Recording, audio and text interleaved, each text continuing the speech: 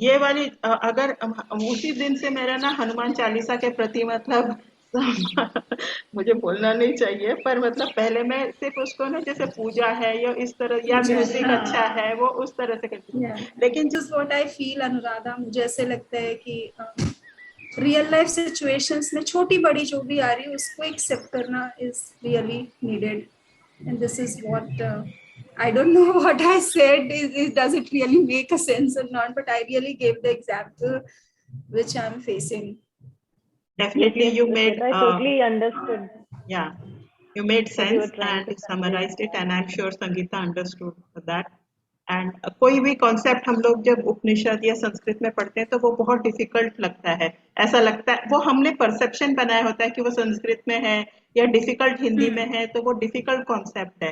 But when you bring it down to our our life, तो तब लगता है हाँ, उन्होंने भी तो, वो भी तो ह्यूमन बीइंग्स हैं जिन्होंने वो लिखा है, समझा है। तो उस उन्होंने ना पीपीटी के फॉर्म में, मैं किसी को समझाती हूँ ना, मैं बोलती हूँ उपनिषद और वेदा जो है ना वो पीपीटी बना रखे हैं उन्होंने। वो सब स्टोरी और पूरा वो लोग बोलते हैं और अपना जो ज्ञान है फिर वो फ्रेजेस में डाल के पीपीटी में डाल देते हैं। तो पीपीटी में हर टाइम हम लोग पूरा थोड़ी ना लिखते हैं, वो तो समराइज करके वहां पर बहुत कम शब्दों में लिखते हैं। तो उसी तरह सच्चिदानंद उन्होंने एक फॉर्मूला बना दिया एक किस्म से। But to get it in our lives, we have to go by examples, experiment, and see what makes sense to us. और इसमें मैडम मैं एक और चीज बताऊंगा, लाइक उपनिषद वगैरह की आप बात करें ना, तो ये डिराइव ऐसे हुए थे कि पहले के जमाने में ना लोग मेडिटेट करते थे in groups, it is called collective consciousness, सारे साधु संत वगैरह। और ये लोग क्या करते थे, एक आदमी से बोलते थे कि तुम अपनी आंखें खुली रखना और जो भी हमको दिखेगा ना वो हम तुमको बताएंगे, तुम उसे लिखते जाना। सो दे यूज्ड टू मेडिटेट। आज के जमाने में जो डाउनलोड है ना, जो हम इंटरनेट से करते हैं, दे यूज्ड टू मेडिटेट। और उस मेडिटेशन में उन्होंने अर्थ से सन के बीच की दूरी भी निकाल ली थी, वो भी उसमें मेंशन्ड है। और जब बाद में ह्यूमन सिविलाइजेशन डेवलप हुई और उन्होंने बाय साइंटिफिक मेथड्स पता लगा ना, it is exactly accurate up to the last decimal place. So the point I'm making here is हमारा जो mind है ना, subconscious mind especially, it is so much developed that through meditation they used to connect with the universe and they वो download करते थे and ऐसे करके वो करते थे. So this is the science behind all the Upanishads and Shastras. It is not scientifically proven, but it can only be experienced. It can only be experienced without using the logical mind. तो इसमें मैं ये add करती हूँ, ये हम लोग ये हनुमान चालीसा पढ़ते हैं ना, हनुमान चालीसा, इसमें एग्जैक्टली तो इसमें ये वर्ड है ना, एक लाइन है इसमें कि मतलब हनुमान जी के गुणगान है इसमें कि वो किसके पुत्र थे, अंजनी पुत्र, और है ना, और क्या और भी कुछ काफी कुछ है उसके बारे में। तो अब उसमें ना एक लाइन है काफी मतलब बीच में ही आती है, जुग सहस्त्र योजन पर भानु, लंकेश्वर भानु लील्यो ताहि मधुर फल जानो। मतलब वो जो कहानी है ना कि उन्होंने और सन को ऑरेंज की तरह मानकर खा लिया था, तो उसमें जो अगर है तो जुग सहस्त्र, और इसका अगर मैं मल्टीप्लिकेशन करके युग युग कितना होता है और सहस्त्र सहस्त्र मतलब 1000, योजन योजन मतलब माइल, अगर मैं इसको पूरा मैथ्स की कैलकुलेशन करूं, जो कि योजन करके माइल्स में इसको मल्टीप्लाई करके बताऊं, तो वो जो अभी इसका साइंटिफिक अर्थ टू सन का जितना है उसमें से थोड़ा ही डेसिमल में उसका फर्क है। तो ये वाली अगर उसी दिन से मेरा ना हनुमान चालीसा के प्रति मतलब मुझे बोलना नहीं चाहिए, पर मतलब पहले मैं सिर्फ उसको ना जैसे पूजा है या इस तरह या म्यूजिक अच्छा है वो उस तरह से करती हूँ। लेकिन जब मैंने उसके हर एक मीनिंग के बारे में पता करने की समझी, और तो it has become like my favourite thing. और एक और एनीवे मतलब उसमें यह है कि उसको वर दिया गया था, सीता माँ ने उनको वर दिया था। तो लाइक वॉट एवर उनके पास जो क्वालिटीज हैं उनको भी मिली थी। he did not get it just like just like a gift, but as the way जो भी उन्होंने काम किया था। आपने हनुमान जी का बताया ना, इसको लाइक यू सेड कि उनको कुछ मिला उससे, सो ये एक्चुअली एक संस्कृत का श्लोक है विच इज लाइक विद्या ददाति विनयम, विनयम ददाति पात्रताम, पात्रताम ददाति धनम, धनम ददाति धर्मम।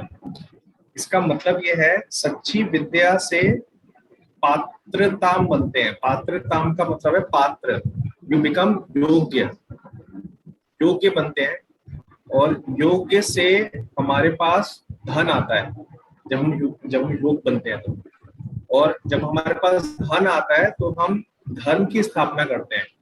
तो लाइक व्हाट यू सेड ना, तो मुझे अभी वो रियलाइजेशन हुआ कि actually Hanuman ji by the grace of his like whatever his being was, he became that पात्र, दैट वेसल, जिसमें कि माता सीता ने जो भी उनको वरदान दिया है व्हाटएवर।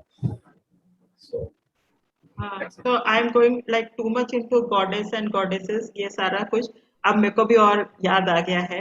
तो हम लोग बोलते हैं ना, जब ये दशहरा आता है और जब हम देवी की पूजा करने लगते हैं, तो उसमें पहले आती है पार्वती माता। तो पार्वती माता इस सिद्धि, मतलब उसमें जो है हमें मेडिटेशन करना है। पार्वती ने इतनी सिद्धि प्राप्त की थी मेडिटेशन से वो शिव को प्राप्त करने के लिए। अब उसमें हम ह्यूमनाइज कर देते हैं कि वो शादी करने के लिए की थी, बट शी डिड तपस्या, मेडिटेशन। तो वंस वी बिकम पात्र, मेडिटेशन से पात्र जब हम बनते हैं तो सरस्वती माता आती हैं। Then she gives us creativity, knowledge, हमारा म्यूजिक का सेंस बढ़ता है, और जो भी हम पढ़ते हैं उसका मतलब समझ में कॉम्प्रिहेंशन आता है। उसके बाद आती है lady Lakshmi ji.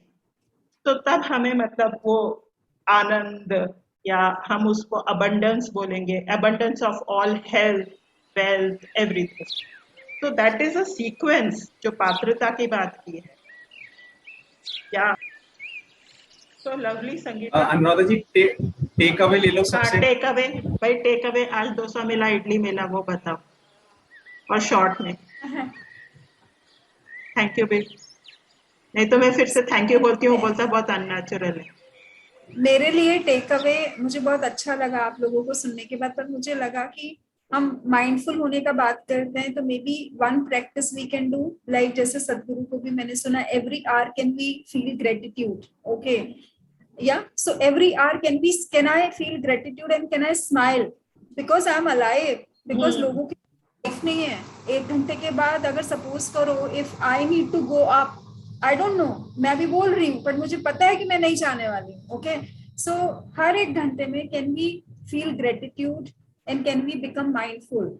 Okay, whatever it is, and जो भी एक्सट्रीम इमोशंस आ रहे, रोने का मन कर रहा है रो लो, गुस्सा करने का मन कर रहा है गुस्सा कर लो, then come out of it and then think about it, whether it was empowering or whether it was collapsing, be emotion, I mean to say emotion or thought, and then usko aage leke jao. These are the 2 things which I picked up from today's discussion, and thanks to Sangeeta, because if she had not asked the question I would not have thought that way. So she gave me that sort of thing. I'll practice that this week and then I'll let you all know. छोटे बच्चे की तरह उसको exercise मिल गया है।